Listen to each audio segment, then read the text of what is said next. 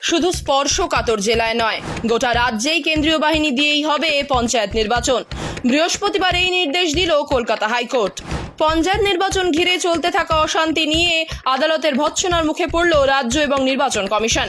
কলকাতা হাইকোর্টের প্রধান বিচারপতি বললেন, স্পর্শকাতর বুথ নিয়ে যদি কমিশন সিদ্ধান্তহীনতায় ভোগে, তবে আদালত গোটা রাজ্যেই কেন্দ্রীয় বাহিনী মোতায়েনের নির্দেশ দিয়ে দেবে। মনোনয়ন ঘিরে অশান্তির কথা উল্লেখ করে আদালত কথাও জানিয়েছে যে, পঞ্চায়েত মামলা নিয়ে রায় কার্যকর করার ব্যবস্থা না হলে আদালত নিশ্চুপ দর্শকের মতো বসে থাকবে না। পঞ্চায়েত ভোট নিয়ে বিরোধীদের জনস্বার্থ মামলায় হাইকোর্ট যে রায় ঘোষণা করেছিল তা পুনর্বিবেচনা করার আর্জি নিয়ে বৃহস্পতিবার আদালতে গিয়েছিলেন রাজ্যের আইনজীবী কল্যাণ বন্দ্যোপাধ্যায়। প্রধান বিচারপতির দৃষ্টি আকর্ষণ করেন আইনজীবী কল্যাণ বন্দ্যোপাধ্যায়। বলেন, 7টি স্পর্শকাতর জেলায় কেন্দ্রীয় বাহিনী মোতায়েন করার নির্দেশ দিয়েছে আদালত, কিন্তু স্পর্শকাতর এলাকা এখনো চিহ্নিতই হয়নি।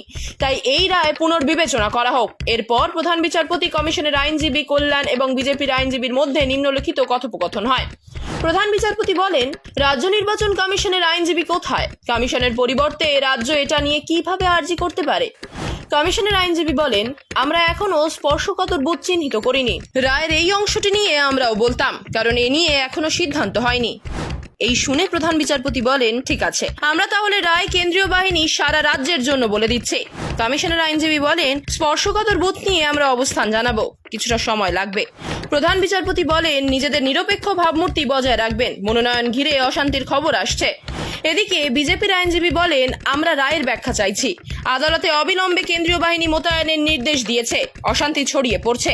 সব শুনে প্রধান বিচারপতি বলেন, আমি কমিশনকে উপদেশ দেওয়ার জন্য বসে নেই যে আপনারা উচ্চ আদালতে যান। আপনাদের হাতে উচ্চ আদালতে যাওয়ার সুযোগ রয়েছে, কিন্তু আপনারা যদি আমাদের নির্দেশকে কার্যকর না করার মতো পরিস্থিতি তৈরি করেন, তাহলে আমরা নিশ্চুপ দর্শক হয়ে বসে থাকবো না। বিভিন্ন জায়গায় 144 ধারা জারি হয়েছে, পুলিশ পদক্ষেপ করুক। রায় মেনে না নিলে চ্যালেঞ্জ করুন, না হলে প্রয়োজনে শতপ্রণোদিত মামলা করতে পারে আদালত। এইভাবে শুধু সময় নষ্ট হচ্ছে।